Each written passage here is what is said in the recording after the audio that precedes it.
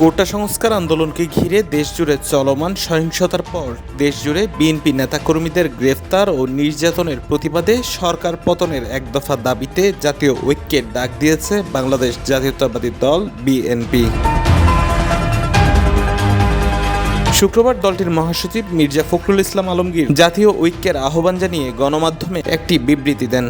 বিবৃতির শিরোনামে ছিল অবৈধ ফ্যাসিস্ট হাসিনা সরকারের পতনের ন্যূনতম এক দফা দাবিতে সব গণতান্ত্রিক রাজনৈতিক দল, সামাজিক ও সাংস্কৃতিক সংগঠন ও শক্তিকে ঐক্যবদ্ধ হওয়ার জন্য জাতীয় ঐক্যের আহ্বান বিএনপির।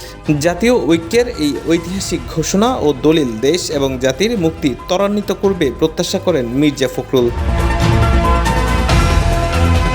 বিএনপির নেতৃত্বে যুগপথ আন্দোলনের সব শরিক দল ও জোট, বাম ডান সব রাজনৈতিক দল, বাংলাদেশ জামাতি ইসলামী সহ অন্যান্য ধর্মভিত্তিক ও সব ইসলামী রাজনৈতিক দল এবং সংগঠনের প্রতি জাতীয় ঐক্যের আহ্বান জানানো হয় বিবৃতিতে।